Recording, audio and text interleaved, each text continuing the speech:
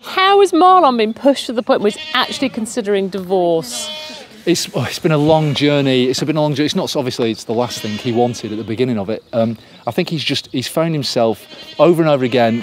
Just when they think they're getting back on track, just when they get defeated again.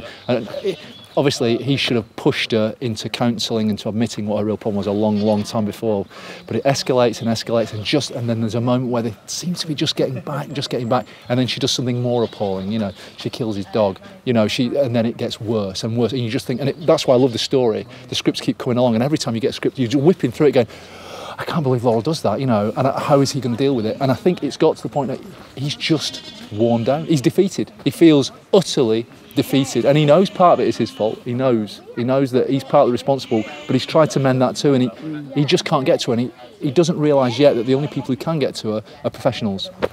How does she feel about this, the divorce mentioned? Well, I think she does say in one of the scenes, you know, now I'm getting better, you're gonna leave me, but of course it's a long road to recovery, and she has put him through so much. I mean, she slept with somebody, she's killed his dog, His dog? I mean, you know, she's lied permanently, she's put his child in danger, she's lied about her as well. I mean, it's just so many unforgivable things. But I think, you know, she now believes, now she's admitted she's an alcoholic, which is a huge turning point. She thinks that she's going to get better and it will all be okay. But of course, a lot of damage has been done. And even though Marlon is really forgiving, you know, it's hard to forget, isn't it? And of course, she will relapse a few times because that's what happens. You know, it's not as simple as, I'm an alcoholic, I'm not going to drink anymore. You know, it's going to be a long road to getting better again as well.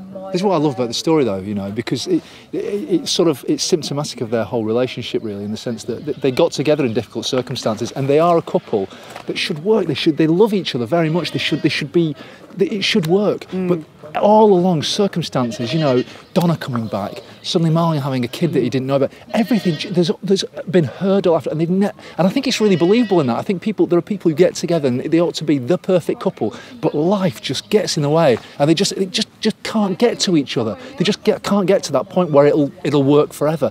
And I love that about that story. It's made it fantastic to play, hasn't it? Yeah, it has. It's very layered, isn't it? Yeah. She's really relying on Ashley for support. Then, of course, he goes and gets run over. Does that send her yet even further over the edge? Yeah, I mean, it's kind of, she's shocked by what happened because, of course, she sort of blames herself a bit as well because he's actually running to find her because she was about to drink again.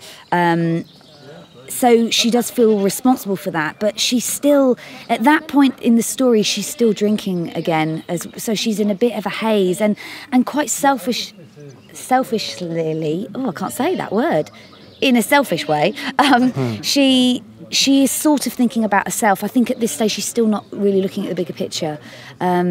She's aware that Ashley cares for her and he gets her to admit that she's an alcoholic.